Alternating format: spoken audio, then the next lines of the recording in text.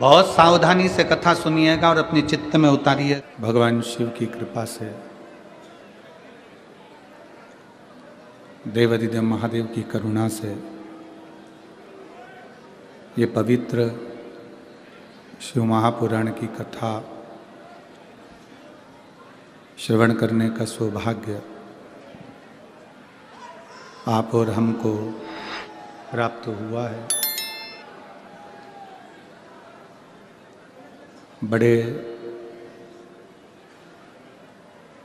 भाग्यशाली हैं सभी श्रोता भाई बहन जो इस पवित्र शिव महापुराण की कथा को श्रवण करने के लिए विराजमान हैं, जहाँ पर ठंड का पारा 4 पर है और पूरी रात आप लोग ऐसे ही इस स्टेडियम में क्रिकेट के रात भर से विराजमान हैं और शिव महापुराण का इंतज़ार कर रहे हैं। ये शिव भक्ति है, ये भगवान शंकर की कृपा है, ये उनकी उदारता है। अगर भगवान कृपा ना करता, दया ना करता, उसकी करुणा ना होती, उसकी दया ना होती, तो ये शरीर भी अच्छा नहीं मिला होता। दुनिया का सबसे पहला सुखी व्यक्ति है निरोगी काया, दूसरे नंबर पर है घर में माया, पहले नंबर पर है आपकी काया सुखी हो, शरीर सुखी है। और इतनी कड़कड़ाती हुई ठंड में आप बैठकर कथा सुन रहे हो पंजाब भटिंडा की भूमि पर, मतलब ये पक्का है कि शंकर भगवान ने पूरा कैलाश का आनंद आपको ये भटिंडा की कथा में दिया और आप स्वस्थ हो।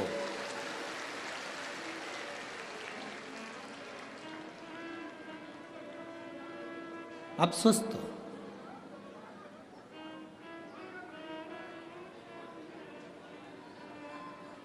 गुरु नानक देव जी ने एक शब्द कहा है मने को। गुरु नानक देव जी अपने शिष्यों को बहुत कुछ कहते हैं। गुरु नानक देव जी ने अपने शिष्य मने से कहा, दुकान चलाते चलाते, परिवार चलाते चलाते, नौकरी करते करते, परिवार को संभालते संभालते, मने जिस दिन ये कदम, गुरु नानक देव जी कहते हैं, जिस दिन ये कदम गुरु के द्वार तक चले जाएं, घर का काम करते करते, परिवार चलाते चलाते, व्यापार करते करते, व्यवसाय करते करते, नौकरी धंधा पानी करते करते, जिस दिन ये कदम गुरु के द्वार तक चले जाएं, जिस दिन ये कदम परमात्मा के द्वार तक चले जाएं, जिस दिन ये कदम उस परमात्मा रब के दरवाजे तक चले जाएं, तो समझ लेना कि तुमने चारों तीर्थ पूर्ण कर लिए हैं, तुमने अपने तीर्थ पूरे कर लिए। ये परमात्मा से मिलने नहीं देगा, ये भगवान के करीब में नहीं आने देगा। हमारे भीतर का अहम हमें बाहर छोड़ना। ये जितने भी असुर होते हैं ना, राक्षस, ये केवल अहम में रहते हैं। एक बहुत अच्छा चरित्र आता है स्कंद पुराण के अंदर। महेंद्रपुरम के एक राजा थे।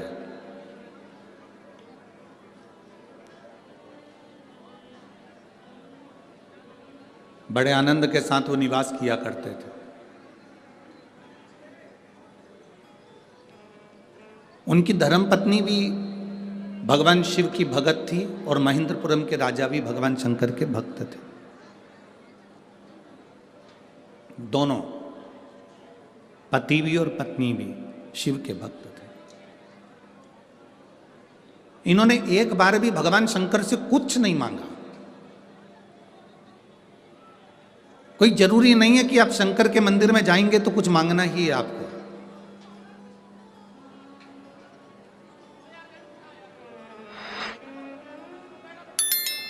लोग कहते हैं कि हम शिव के मंदिर में जाएंगे तब हमारा दुख कटेगा। ये दुनिया के लोग कहते हैं कि हम शिव के मंदिर में जाएंगे तब हमारा दुख कटेगा। शिव महापुराण की कथा कहती है जब तुम्हारे मन में ये आ गया कि शिव के मंदिर जाएंगे, उसी क्षण से दुख कटना प्रारंभ हो जाता है। जाने की तो बात दूसरी। लोग कहते हैं हम शिव के मंदिर जाएंगे तब दुख कटेगा, हम शिव पुराण में जाएंगे तब दुख कटेगा। ना ना, शिव महापुराण की कथा कहती है जिस दिन तुम्हारे मन में यह भाव आ गया कि मैं शिव पुराण में जाऊंगी, तुम्हारे मन में यह भाव आ गया कि मैं मंदिर जाऊंगी, तुम्हारे मन में यह भाव आ गया कि मुझे शंकर जी को एक लोटा जल चढ़ाना है, तुम्हारे मन में यह भाव आ गया कि मुझे भगवान का भजन करना है, समझ लो तुम्हारा दुख कटना प्रारंभ हो गया। अगर दुख नहीं कटता तो तुम्हारे मन में यह अच्छा विचार आता ही नहीं। अच्छा विचार तब आता है जब तुम्हारा दुख कटने का समय आता है। अच्छे विचार तब आते हैं जब तुम्हारा दुख कटने का समय तुम्हारे करीब में आता है, नहीं तो अच्छा विचार भी नहीं आता। अच्छे विचार तब आएंगे जब तुम्हारा दुख कटने का समय तुम्हारे पास में है। आप जितने लोग शिव महापुराण की कथा में बैठते हो, क्यों हम इतने विश्वास के साथ क्यों कह देते हैं कि जितने लोग कथा सुनने आए हो बाबा तुम्हारी झोली भरेगा, इतने विश्वास के साथ हम कहते क्यों हैं? कारण क्या है इसका कहने का? उसका कारण केवल इतना सा है कि शिव महापुराण की कथा तक वही पहुंचता है जिसको बाबा ने बुलाया होता है या चुना होता है, जिसके कष्ट मिटाना होता है। एक महेंद्रपुरम के राजा और रानी दोनों शंकर के भक्त थे, पर उन्होंने शिव जी से कभी कुछ नहीं मांगा था, केवल भक्ति करते थे शिव की, कुछ नहीं मांगा। हम तो कहते हैं जो शंकर के मंदिर में एक लोटा जल चढ़ाने लगता है ना, उसको मांगने की जरूरत ही नहीं पड़ती है। लोटा भरा हुआ जाता है और जब मंदिर से तुम खाली लोटा लेकर जाते हो वो खाली नहीं रहता, बाबा उसको इतना रोज भरकर भेज देता है कि तुम्हारी जिंदगी सार्थक हो जाती है। इतना भरकर भेजता है।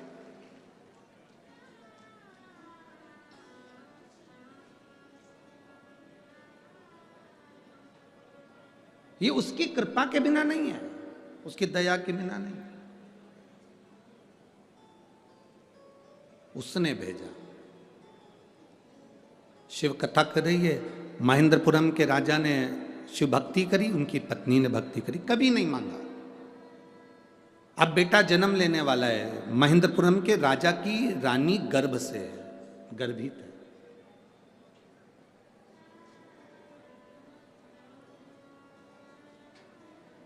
और रानी जब गर्भ से थी तो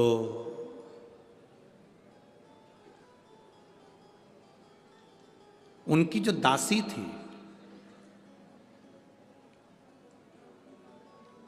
वो दासी शिव की विरोधी थी। बहुत ध्यान से सुनना कि आपका मन करता है कि मंदिर जाऊं, आपका मन करता है शिव जी को एक लोटा जल चढ़ाऊं, आपका मन करता है शिव महापुराण की कथा सुनूं, आपका मन करता है शंकर की कथा को अपने जीवन में उतारूं, या कभी मौका मिल जाए तो एक बार मैं भी बेलपत्र चढ़ाऊं, एक बार मैं भी शिव महापुराण की कथा सुनने जाऊं, ये आपका मन कर रहा है। कोई कोई मोहल्ले में, कॉलोनी में, क्षेत्र में, परिवार में कोई कोई ऐसा रहता है जो जिसको शंकर की निंदा करना अच्छा लगता है, शिव महापुराण की निंदा करना अच्छा लगता है।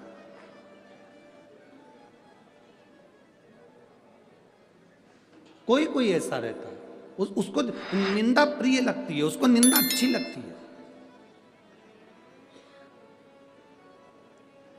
कितना बड़ा दोष है शिव महापुराण की निंदा, शंकर की निंदा, शंकर की निंदा करना या शंकर की निंदा सुनना।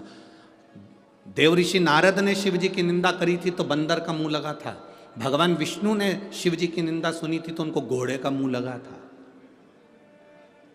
उनका हयग्रीव अवतार हुआ था भगवान नारायण का, क्योंकि घोड़े का मुंह लगाया गया था, उन्हें निंदा सुनी थी।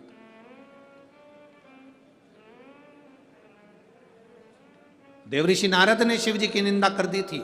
रुद्राक्ष की माला जो भोलेनाथ जी ने पिना कर भेजी थी उसको उठाकर जमीन पर पटक दिया था, शिव जी ने जो पिनाई।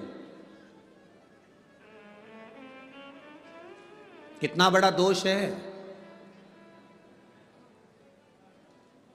आप किसी मंदिर में अपनी 4 व्हीलर गाड़ी को लेकर गए, पंडित जी से कहा पंडित जी इसकी पूजन कर दो, पंडित जी ने पूजन करी, भगवान की चढ़ी हुई माला लाकर उस गाड़ी पर चढ़ा दी, गाड़ी दौड़ने लगी, पत्तियां गिरने लगी, जमीन पर वो पत्तियां गिर रही हैं, भगवान के चढ़े हुई माला की फूल पत्ती जमीन पर गिर रही है। उसका दोष पंडित को जितना लगेगा उससे ज्यादा दोष तुमको भी लगेगा, क्योंकि भगवान की चढ़ी हुई माला उसने गाड़ी पर चढ़ा दी और वो गाड़ी भुड़ भुड़ कर कर जा रही है और उसकी पूरी माला पत्तियां पांव में आ रही है।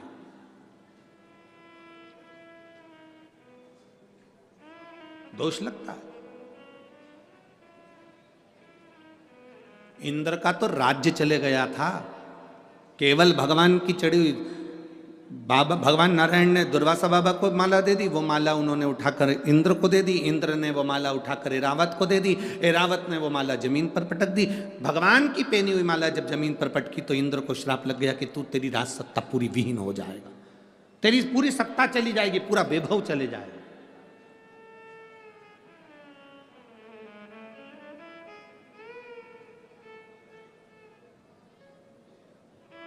तेरा पूरा वैभव समाप्त हो जाएगा। हमारी ये व्यासपीठ की हमारी एक नियम है, हमारा व्यासपीठ का एक नियम, बेलपत्री हम उसी को देते हैं जिसके हृदय में जरूरत है, जिसको जरूरत नहीं हम उसको बेलपत्र भी चेहरा देखकर समझ जाते हैं कि इसको जरूरत है कि नहीं, उसको क्या करेंगे देकर। ले गए, पटक दी, फेंक दी, कहीं काम की ना रही। एक बार कभी गीता प्रेस गोरखपुर की शिव महापुराण की कथा पढ़ना, और गीता प्रेस गोरखपुर की शिव महापुराण की कथा को पढ़कर देखना। गीता प्रेस की गोरखपुर शिव महापुराण की कथा में लिखा हुआ है कि शंकर भगवान की पोथी पर शिव महापुराण जहां हो रही हो, वहां जो बेलपत्र पोथी पर समर्पित होती है, वो बेलपत्र नहीं रहती, वो दुनिया की सबसे बड़ी औषधि हो जाती है। उसका अध्ययन अगर आप लोग करेंगे, शिव महापुराण को अगर पढ़ेंगे तो आपके अध्ययन में आएगा, आपके स्मरण में आएगा। पढ़ो उसको। कहीं सीओर वाला हमारा झूठ तो नहीं बोल दिया कि अपने मन से बोल दिया। पढ़ो, विद्येश्वर संहिता पढ़ो, उमाखंड पढ़ो, कुमार संहिता पढ़ी है, पढ़ो उसको, उसमें मालूम पड़ेगा।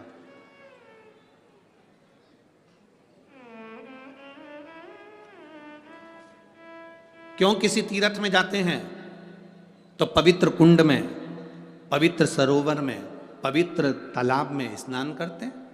क्यों तीर्थ में जाते हैं तो संतों के यहां, गुरु के यहां हम लंगर चखते हैं? क्यों? 5 स्टार होटल में, किसी तीर्थ में जाना तो 5 स्टार होटल में भोजन मत करना, ये हम पहले भी बोले हैं।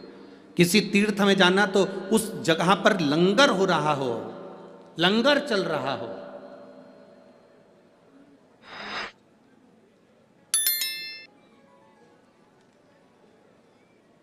कोई गुरुद्वारा नजदीक में पड़ गया हो और बहुत प्रचलित गुरुद्वारा, साहब हम वहां जाएंगे, हम लंगर चखेंगे। साहब कहीं पर प्रसाद का सुंदर संत का डेरा हो, साधु का डेरा हो, वहां कुछ रूखी रोटी भी मिल जाएगी तो उसको चख लेंगे। कितनी रोग, कितनी तकलीफों को ये हर लेता है। लोग हर ले, ये तकलीफ है।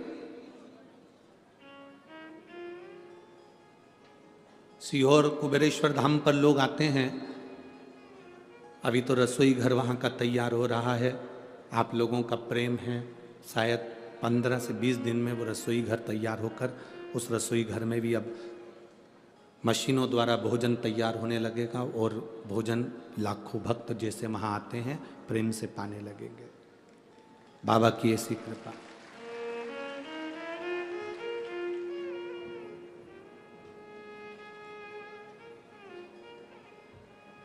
अब ठीक है पूरी तरह बाबा की स्वस्थ महाराज जी हमें बाड़े में कथा करवाने इसके लिए आशीर्वाद बाबा कराएगा। पलंग पर पड़े रहते थे, इतना कैंसर फैल चुका था कि पूरा शरीर बेकार हो चुका था और डॉक्टर के हिसाब से हर 3 महीने इंजेक्शन लगता था इनको। अब ये बाबा की कृपा से पंडाल में बैठकर कथा सुन रहे हैं। ये शिव कृपा है, अवघड़ी की कृपा, शिव तत्व। बोल बम का नारा है, सारी समस्या का हल शिव तत्व की प्राप्ति का मूल। एक निंदा करने वाली ने निंदा करना प्रारंभ करा। महेंद्रपुरम के राजा रानी शिव भक्त थे और एक उनकी सेविका ने निंदा करना प्रारंभ करा। सेविका निंदा कर रहा है।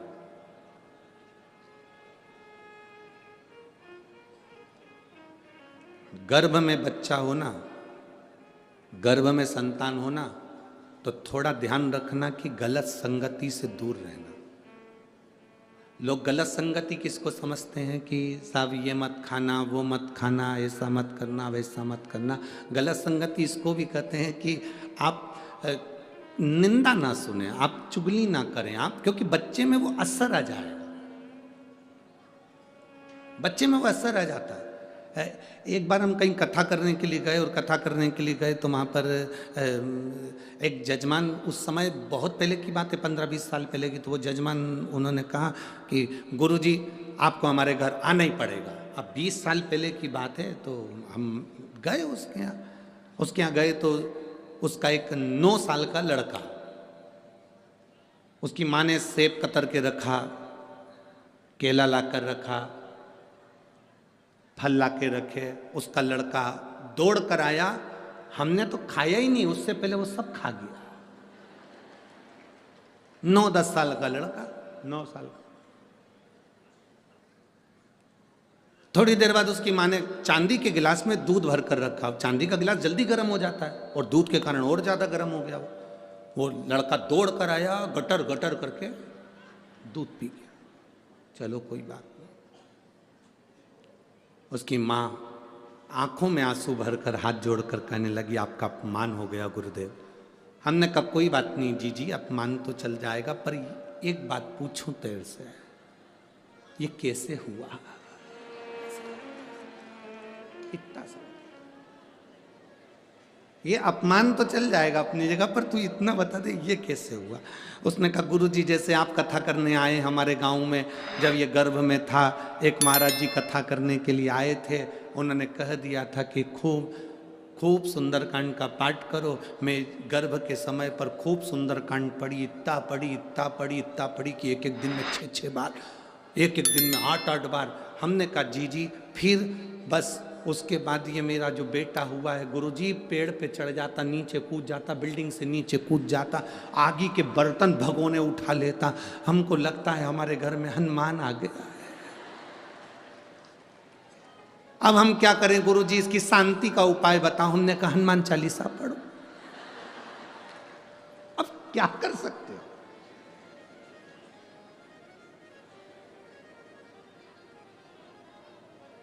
अरे पवन तनय संकट हरन, मंगल मूर्ति रूप, राम लखन सीता हृदय बसो। एक बात बहुत अच्छे से सुनना। अरे तुम्हारी बीपी की गोली है ना, शुगर की गोली है ना, वो डॉक्टर कह देता है सुबेरे शाम एक लेना। डॉक्टर 2 गोली का डोज कब देता है? जब तुम्हारा बीपी शुगर ज्यादा ही गड़बड़ हो रहा हो। बोलो सही बात है कि गलत है? नहीं तो 1 गोली बहुत है। पंडित जी ने ये थोड़ी ना कहा था कि दिन भर 24 घंटे ही सुंदरकांड पढ़ो। तुमने टेबलेट ज्यादा ले ली, गोली ज्यादा खा ली। पंडित जी ने कहा था सुंदरकांड का पाठ करना, पर ऐसा नहीं बोला था कि 24 घंटे पढ़ लो। आज तक इस व्यासपीठ से हमने ये नहीं कहा कि तुम 24 घंटे शिव जी के मंदिर जाके बैठ जाओ। बोला कभी? अपने घर में रहो, खूब बढ़िया भोजन बनाओ, अच्छा व्यापार करो, नौकरी करो, सर्विस करो, अपने शरीर की कैपेसिटी है उससे दुगना कमाओ। हम ये भी नहीं कहते कि तुम तुम्हारा काम छोड़ दो, धंधा छोड़ दो। अपने शरीर की जितनी कैपेसिटी उससे दुगना कमाओ, ज्यादा से ज्यादा कमाओ। पर निवेदन है, कमाने के साथ में जो कमाया है उसका कम से कम 2 अंश अपने शरीर पर खर्च भी करो। जोड़ जोड़ के मर मत जाना, अपने ऊपर खर्च करो। अपने ऊपर, सियोर वाले महाराज को भी मत दो, किसी को मत दो, तुम अपने ऊपर खर्च करो। जो अपने ऊपर खर्च नहीं करता वो बाद में फिर दवाई में खर्च करता है। हम कभी नहीं कहते कि तुम हमको दो, तुम तो तुम्हारे ऊपर खर्च करो ना जो कमा रहे हो। दुकान पर बैठकर अगर आज तुमने 20,000 रुपए कमाए हैं, उसमें से कम 200 रुपए, 500 रुपए, 1,000 तो अपने ऊपर खर्च करो। बेटा कटे हुए सेव फल का मोबाइल रख लिया है,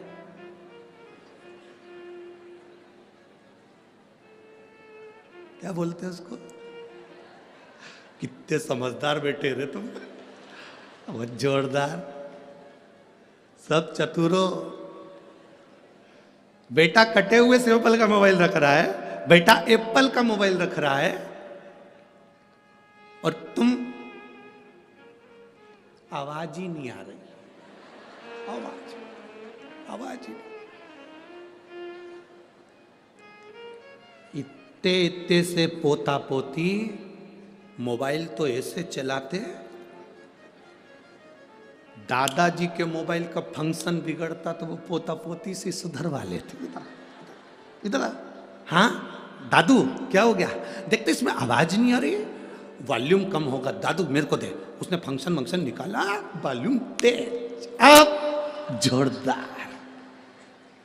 तो बच्चे ने पूछा, दादाजी ने पूछा क्यों रे, तुझे मोबाइल चलाना किसने सिखाया? किसी ने नहीं, जब मैं पेट में था मम्मी दिन भर चलाती, दिन भर। अब असर तो आएगा, वो असर कब जाएगा? वो आएगा, सारे फंक्शन आते हैं उसको, सब फंक्शन आते हैं उसको, एक भी फंक्शन ऐसा नहीं है। जितने तो तुमको प्रश्न के उत्तर नहीं आते उतने उसको आते। एक बच्चा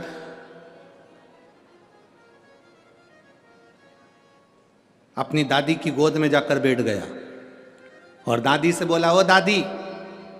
दादी बोली क्या है? टे बोल टे। दादी ने बोले टे क्या होता है? तू बोल तो प्लीज दादी, एक बार तू टे बोल। दादी बोली मैं टे नहीं बोलूंगी, तू पहले बता मुझे टे क्यों बुलवा रहा है। दादी तू पहले टे बोल। दादी बोले नहीं बोलूंगी। दादी ने 5 रुपए दिए, ले टॉफी खा लेना, अब बता मुझसे टे क्यों बुलवा रहा है। दादी रात को मम्मी पापा पलंग पे बैठ के बात कर रहे थे, जब बुढ़िया टे बोल जाएगी तो सारी प्रॉपर्टी अपनी हो जाएगी,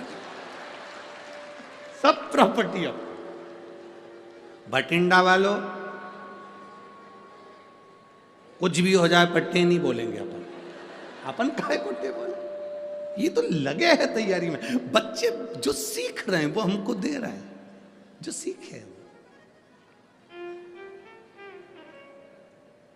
आप निंदा सुनेंगे, बच्चे अंदर निंदा को ग्रहण करेंगे। आप उत्तरा का चरित्र है, अभिमन्यु का चरित्र है। अभिमन्यु ने जो श्रवण करा था वो सामने प्रकट किया, बस चक्रव्यूह से निकलना नहीं आया, नींद लग गई थी, नींद लग गई थी, निकलना नहीं आया।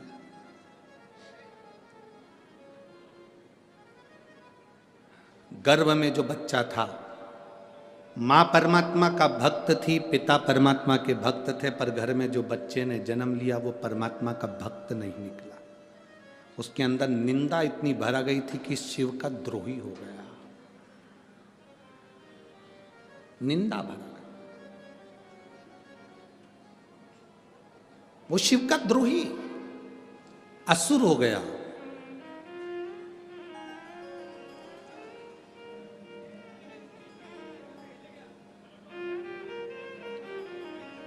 आप बड़े हैं, समझदार हैं, आप पर इतनी जल्दी निंदा असर नहीं करती है, पर छोटे छोटे बच्चे जो घर में होते हैं उन पर परिवार का बहुत जल्दी असर पड़ता है।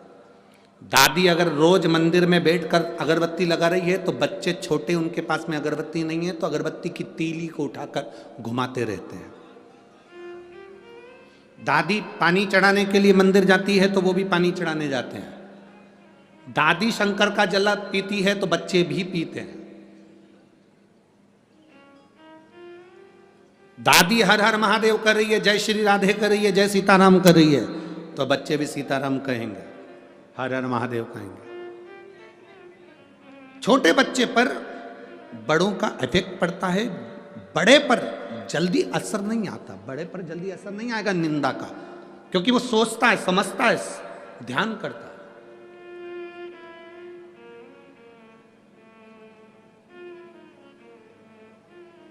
शिव महापुराण के उमाखंड में भगवान शंकर पार्वती जी से कहते हैं, सुन पार्वती, शरीर का विकास करना मेरा काम है। पार्वती, शिव महापुराण के उमाखंड में देवाधिदेव महादेव कहते हैं, शरीर का विकास करना मेरा काम है, बुद्धि का विकास करना मनुष्य का काम है। अपनी बुद्धि को कहां तक लेकर जाना है। शरीर का विकास मैं करूंगा, पर बुद्धि का विकास इंसान खुद करेगा, मनुष्य खुद करेगा। अपनी बुद्धि का विकास आपको करना है। क्या अच्छा है, क्या बुरा है, कौन गलत है, कौन सही है, किसके साथ रहना, किसके साथ नहीं रहना, कौन अच्छा, कौन बुरा, ये तुम्हारी बुद्धि का विकास तुम्हें करना पड़ेगा। जरा सा सुंदरता देखकर, जरा सा प्रेम देखकर ये नहीं सोच लेना कि बहुत अच्छा व्यक्ति, ना ना ना ना, पहले परखो, जानो, उसके बाद विचार करो।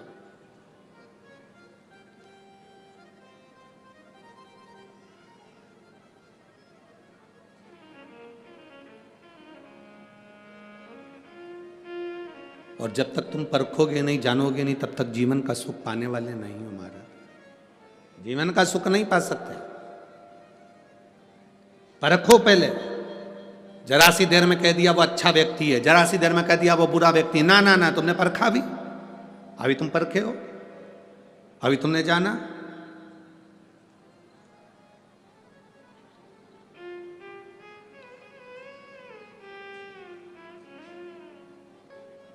तुम परखोगे तब मालूम पड़ेगा ना।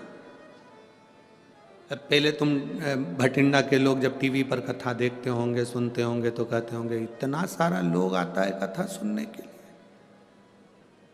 इतने सारे भक्त आते हैं शिव महापुराण कथा सुनने के लिए। अब भटिंडा के लोग जब अपने खुद के ग्राउंड में देख लिए, बाहर दरवाजे के बाहर खड़े रहे, अंदर जगह नहीं मिली बैठने को, तब समझ में आया इतने आते हैं, इतने आते हैं, तब समझ में आया। आप किसी को अच्छा कर रहे हो, पहले उसकी अच्छाई को अच्छे से जानो। आप किसी को बुरा कर रहे हो, पहले उसकी बुराई को जानने का प्रयास करो। क्यों बुरा है वो, किस लिए बुरा है। संसार में कोई ऐसा नहीं जन्मा जो बुरा हो, संसार में कोई नहीं जन्मा जो बुरा हो।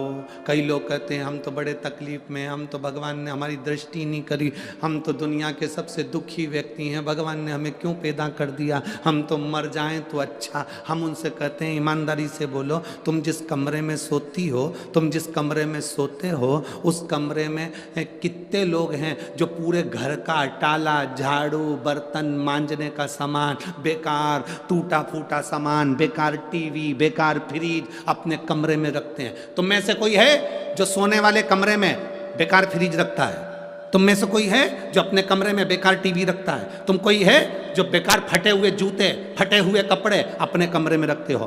बेकार लैंप, बेकार सामान, बेकार ट्यूबलाइट, बेकार बल्ब अपने कमरे में रखते हो? अटाला कोई अपने कमरे में नहीं रखता। रखते हो क्या?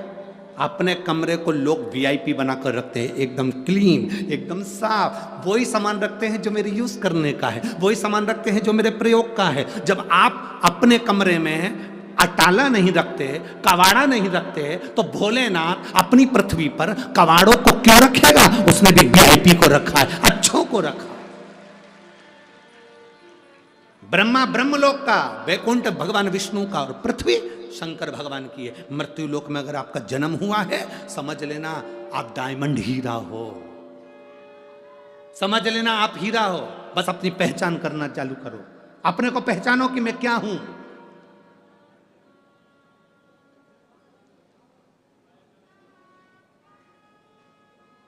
अपने आप को हम पहचान ही नहीं पा रहे हैं। हम कह देते हैं हम तो बहुत हमारे सेठ जी हैं और हम तो बहुत छोटे। ना, काहे को छोटे? उसने जन्म दिया पृथ्वी पर तो हीरा बनाकर पैदा करा। जितनों को मेरा परमात्मा पैदा करता है उतनों को कुछ ना कुछ हुनर देकर भेजता है। बस उस हुनर को हमें खोजना है, और जिसने अपनी जिंदगी के उस हुनर को खोज लिया, समझ लो वो जिंदगी में नाम कमा कर चले गया। उस हुनर को खोजने की तैयारी करो, उसको खोजो। लोग कहते हैं कैंसर जैसी बीमारी का रोग का इलाज नहीं, लोग कहते हैं लीवर किडनी का इलाज नहीं। हम कहते हैं एक बार दिल से शिव महापुराण की कथा सुनो और भगवान शंकर पर एक लोटा जल चढ़ाना प्रारंभ करो। ऐसा दुनिया में कौन सा रोग है जो महादेव नहीं हर सकता? हरेगा, बस तुम्हारा दिल और विश्वास पक्का रखना। एक पत्र है, देखिए।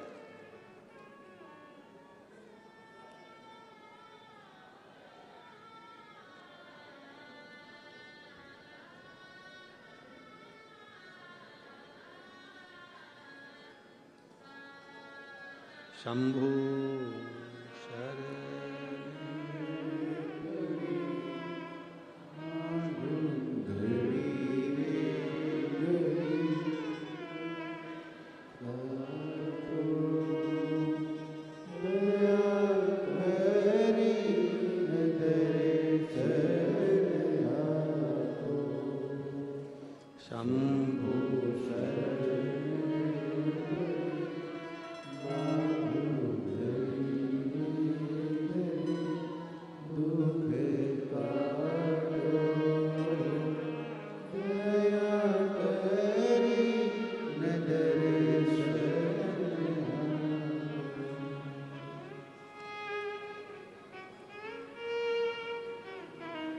मेरा नाम निर्मला देवी है।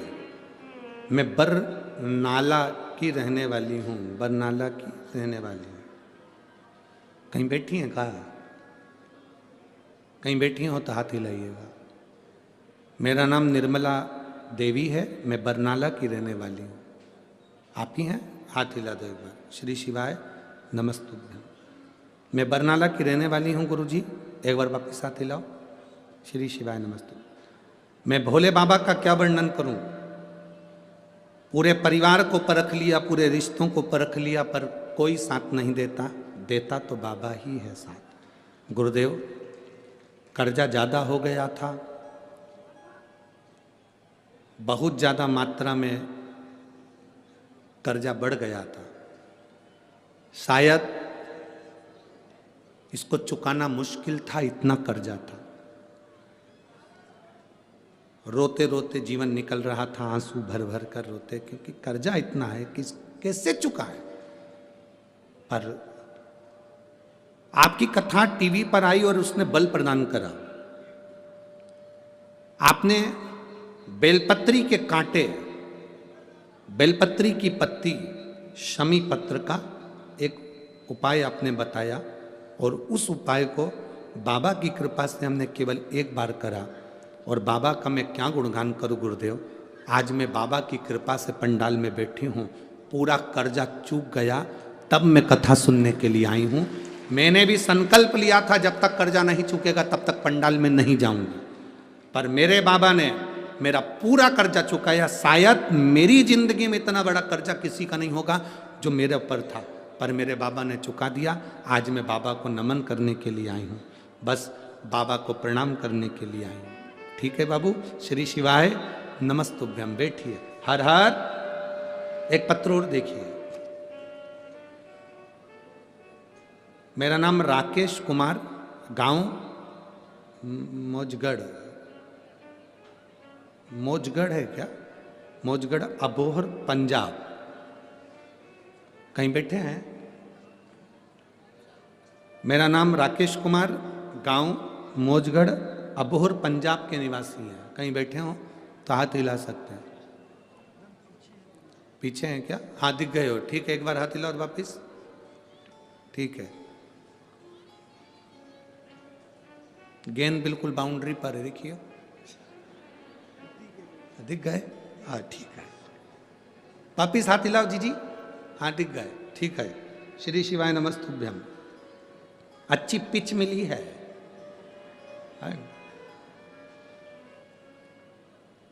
मेरे पिताजी को 26/11/2022 को बहुत तबीयत बिगड़ गई। डॉक्टर को दिखाया, पता चला कि पिताजी को कैंसर है, वो भी 3rd स्टेज का है। हम इलाज के लिए बीकानेर ले गए, इलाज चला, पर डॉक्टर के हिसाब से कोई गारंटी नहीं थी और धीरे धीरे कैंसर ने पूरे शरीर पर फैल चुका था।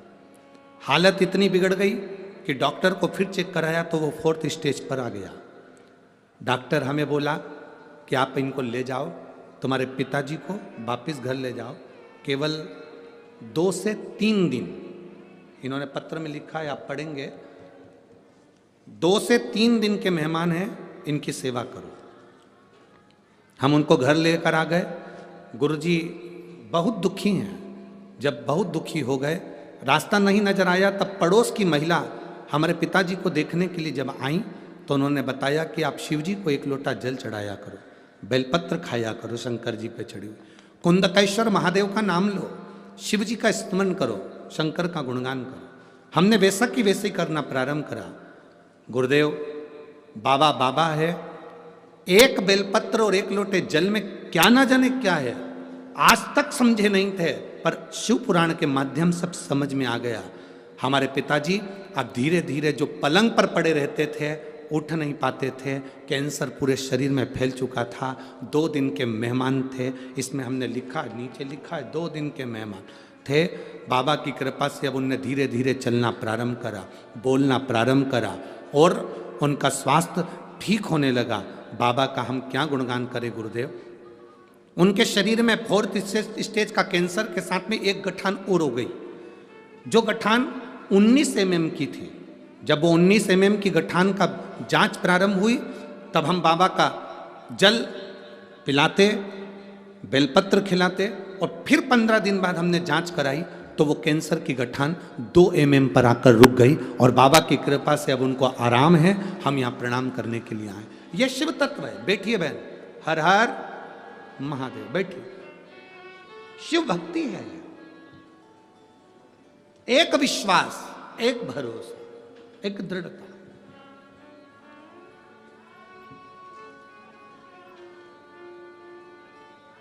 कोई कहता है कि हम कैसे मंदिर जाएं, हम शिव को नहीं मानते, हम इस धर्म के, हम उस धर्म के। हम कहते हैं तुम्हारे घर में अगर कोई बीमार पड़ता है तो डॉक्टर के पास जाते हो कि नहीं जाते? डॉक्टर से पूछते हो कि तू कौन से धर्म का है? डॉक्टर से पूछते हो कि तुझे कौन सा रोग लगा है? डॉक्टर से पूछोगे कि तू ब्राह्मण है कि क्षत्रिय की वैश्य है कि शूद्र है? नहीं, डॉक्टर से अपना रोग बताओगे और उसका इलाज करवाओगे। डॉक्टर कौन है भाई, इतना अपनी बुद्धि में बिठाना। तुम कोई भी हो, कोई भी धर्म के हो, अगर जीवन में तकलीफ है तो बिना संकोच के, आग लगे बस्ती में अपन रहो मस्ती में, 1 लोटा जल उठाओ और महादेव के पास पहुंच जाओ, शिव जी के पास पहुंच जाओ। दुनिया कहेगी कहने दो, जो बोले बोलने दो, अपशब्द बोले बोलने दो, ताना दे देने दो, आड़ा टेढ़ा बोले बोलने दो, तुम अपना फर्ज अदा करो। हमारे शरीर में अगर रोग है तो हमें शिव के द्वार जाना पड़े, शंकर के द्वार जाना।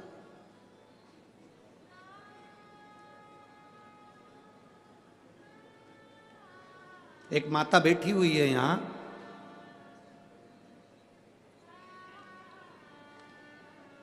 उसकी एक कामना पूरी हो गई थी।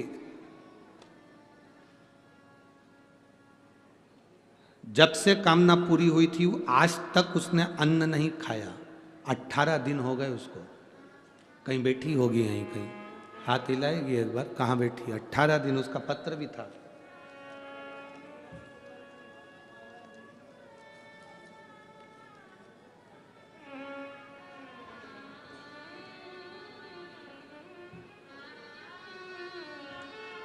नाम तो इसमें नहीं लिखा है।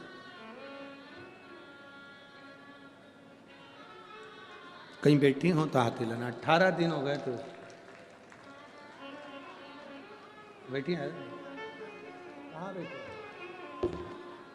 जिसने 18 दिन से अन्न नहीं खाया था वो माँ यहाँ आई हैं, उनकी बेटी है। एक बेलपत्र ले जाओ बबुआ के, ब्लैक जैकेट में बेटी आई हुई है।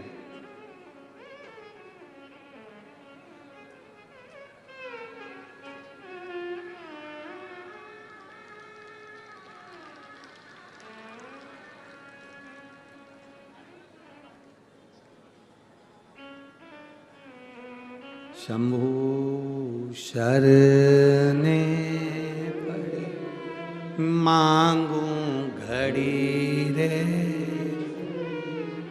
दुख दया कर।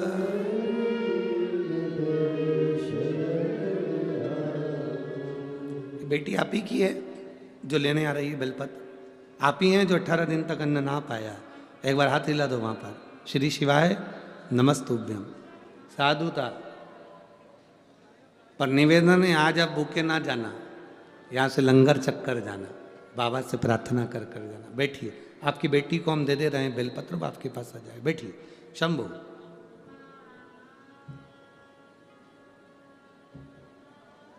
शंभु शर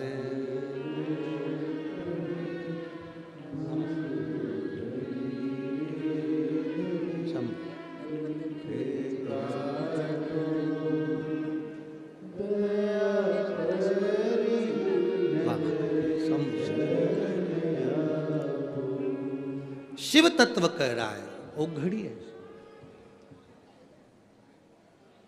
आप जिस कामना से आए हो बाबा सुनता है, श्रवण करता। निंदा श्रवण कर कर बेटे ने जन्म लिया, वो बेटे का नाम भानु कोपन हुआ।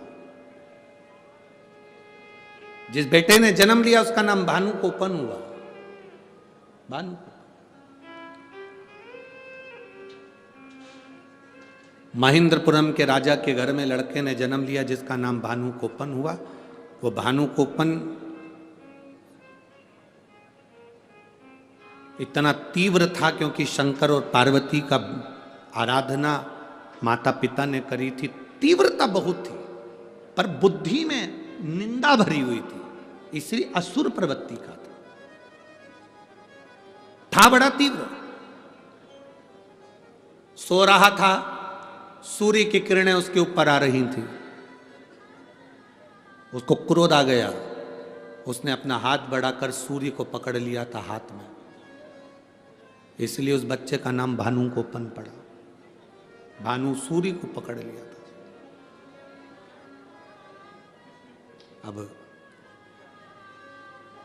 सूर्य को पकड़ लिया, देवता उन सब घबरा गए।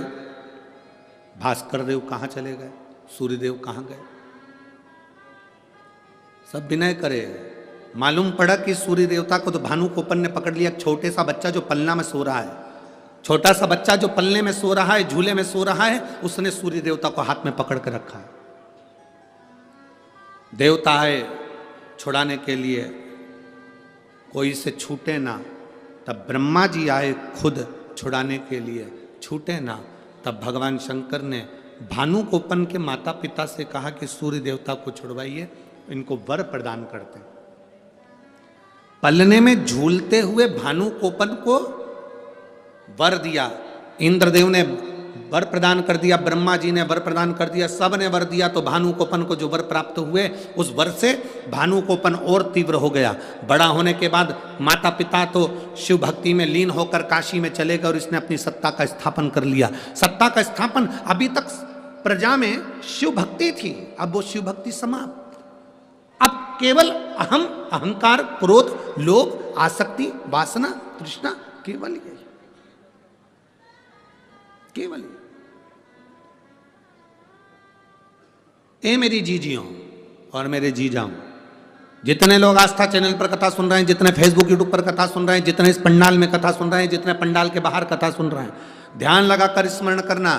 तुम्हारे घर में अगर भगवान का नाम जाप हो रहा है, तुम्हारे घर में रोज सुबह शाम दीप लग रहा है, तुम्हारे घर में रोज सुबह शाम अगरबत्ती लग रही है, तुम्हारे घर में रोज सुबह शाम सत्संग हो रहा है, तुम्हारे घर में रोज प्रतिदिन भगवान का भजन हो रहा है, चाहे नाम निकले, चाहे भजन हो, चाहे मुख से श्री शिवाय नमस्तुभ्यम निकले, चाहे जो नाम निकले, राम हो, कृष्ण हो, तुम्हारे मुख से जो भगवान का नाम निकले, अगर तुम्हारे घर में निकल रहा है तो समझ लेना अभी तक तुम्हारे घर में शुद्ध लक्ष्मी आ रही है, जिससे हमारे घर में भजन हो रहा है।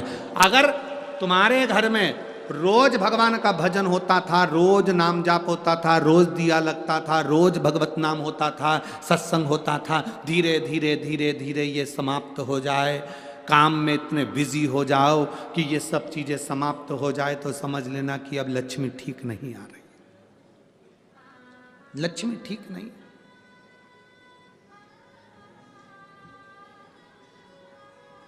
एक विचार करिएगा, एक राजा के महल के पास में एक व्यक्ति रहता था, उसके पास में बहुत अच्छी कमाई होती थी। अच्छी कमाई होती थी तो उसने सोचा मैं करूं क्या, इतना सारा धन आता है मैं क्या करूं। उसने अपनी पत्नी से पूछा कि मैं इतना धन इकट्ठा हो रहा है, अगर मैं पैसा इकट्ठा करके रखूंगा तो चोर चुरा के ले जाएंगे, सोने की ईंट रखूंगा तो चोर ले जाएंगे, चांदी की ईंट रखूंगा तो चोर ले जाएंगे, अब मैं करूं तो करूं क्या। पत्नी बड़ी समझदार थी, ना जाने लोगों को क्या हो जाता है जो पत्नी को समझदार नहीं समझते।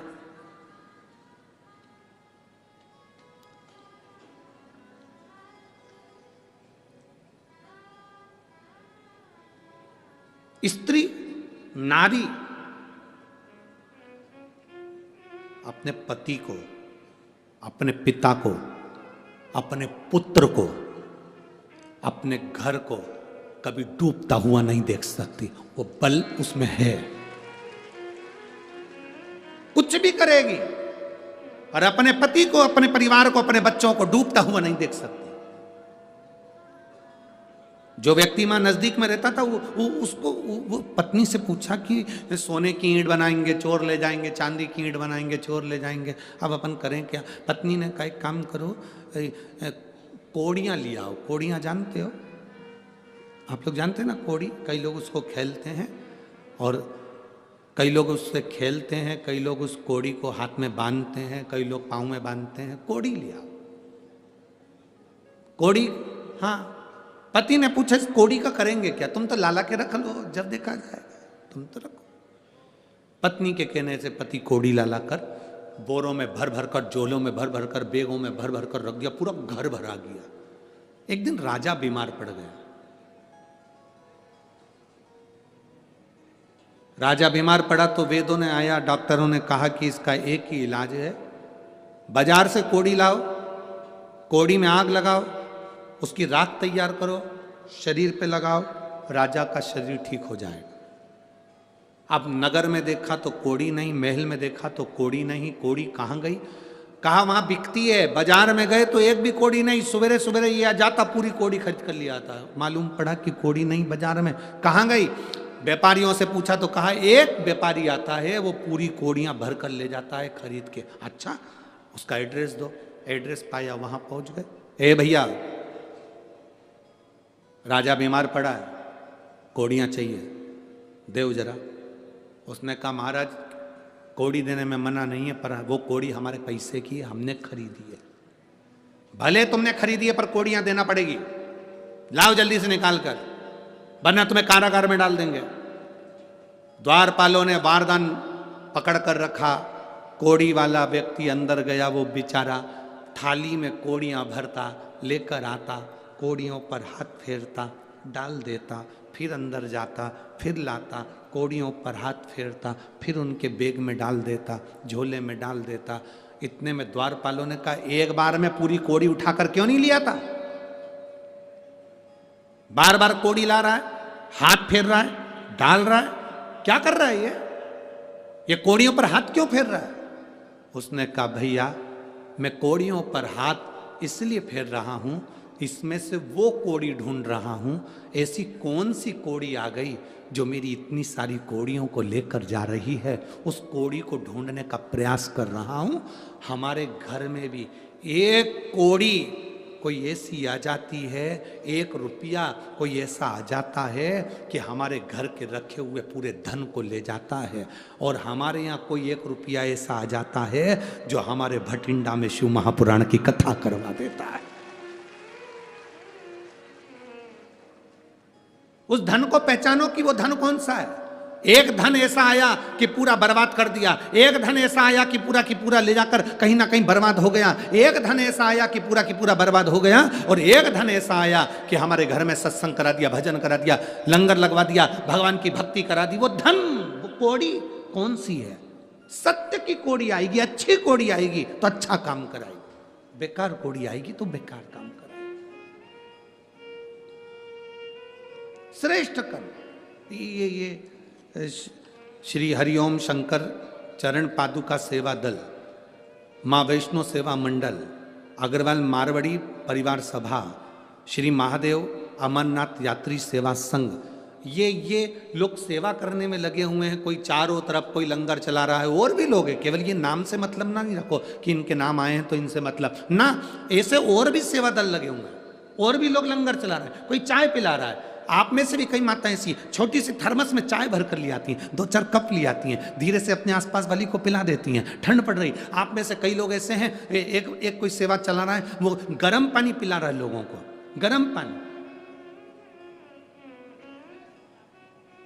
और मैं यजमान श्री अमरजीत जी मेहता जी को भी धन्यवाद दूंगा। किसी की चप्पल खो गई, उनके लिए चप्पल का व्यवस्था कर दी। किसी का मोबाइल खो गया, उनकी मोबाइल की व्यवस्था कर दी। किसी को कुछ तकलीफ है, तुरंत एम्बुलेंस आई। कल वो एक बच्चा बाहर रह गया, उसके मम्मी पापा अंदर आ गए, छोटा सा बच्चा रो रो के बिलख रहा था। वो अमरजीत जी मेहता जी के बेटे बाहर घूम रहे थे, वो पदम, वो उनको मालूम पड़ा, वो बच्चे को गोदी में लेकर, जब तक वो बच्चे से अपने माँ बाप को नहीं मिलवा दिया तब तक वो पदम कथा सुनने नहीं बैठा, और घूमता रहा और उसको मिलाने के लिए लगा रहा। श्रेष्ठता इसी को कहते हैं। आपके घर में अगर 1 रुपया अच्छा आया है तो सत्य मार्ग पर लग रहा है। आज ये सेवा दल सेवा कर रहे हैं, इतने ये लगा हुआ है। श्री महादेव अमरनाथ यात्री सेवा संघ, अग्रवाल मारवाड़ी परिवार सभा, माँ वैष्णो देवी मंडल, हरिओम शंकर चरण पादुका सेवा दल, और भी ना जाने कितने कितने लोग जिनका नाम यहाँ नहीं पहुँचा। कोई चाय पिला रहा, कोई गर्म पानी पिला रहा, कोई दूध पिला रहा, कोई बिस्कुट खिला रहा। कई तो पुलिसकर्मी भी, उनकी भी वीडियो बहुत चल रही है, पुलिसकर्मी भी हलवा सीरा खिला रहे। कितनी सेवा करी है भाई, समझ लेना। आपके यहाँ 1 रुपया 1 कौड़ी अच्छी आई थी, जो इस शिव महापुराण में तुमने लगाई, अच्छी जगह पर लगाई, तो तुम्हें खुशी होना चाहिए कि वो अच्छी जगह लगी है, वो श्रेष्ठ जगह लगी है। ये तुम्हें प्रसन्नता होना चाहिए, ये खुशी होना चाहिए कि वो श्रेष्ठ जगह पहुंची है। गलत जगह जाए तो समझ लो कि फिर वो गलत जगह लग गई है, गलत जगह। और महाराज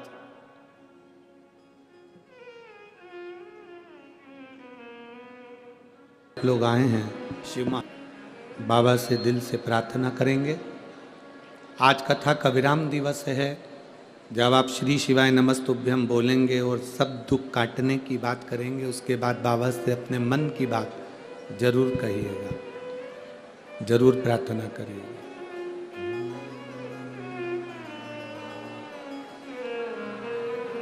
कार्यकर्ता भी जहाँ खड़े हैं वहीं बैठकर बोलें।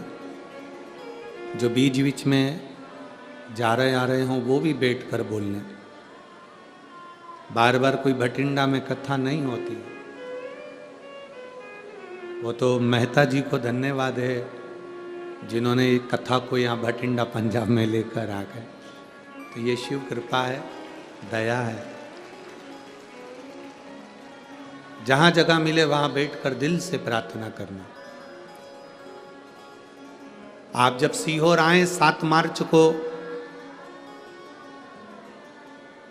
महाशिवरात्रि के अवसर पर रुद्राक्ष उत्सव में, तब आपका पत्र सीहोर की व्यासपीठ पर हो, हम तो बाबा से यही प्रार्थना करते हैं इतना जल्दी बाबा आपसे, क्योंकि रुद्राक्ष उत्सव में भी अभी 3 महीने बाकी हैं, तो वो 3 महीने में वो सुनता भी है, देता भी। दिल से कहे।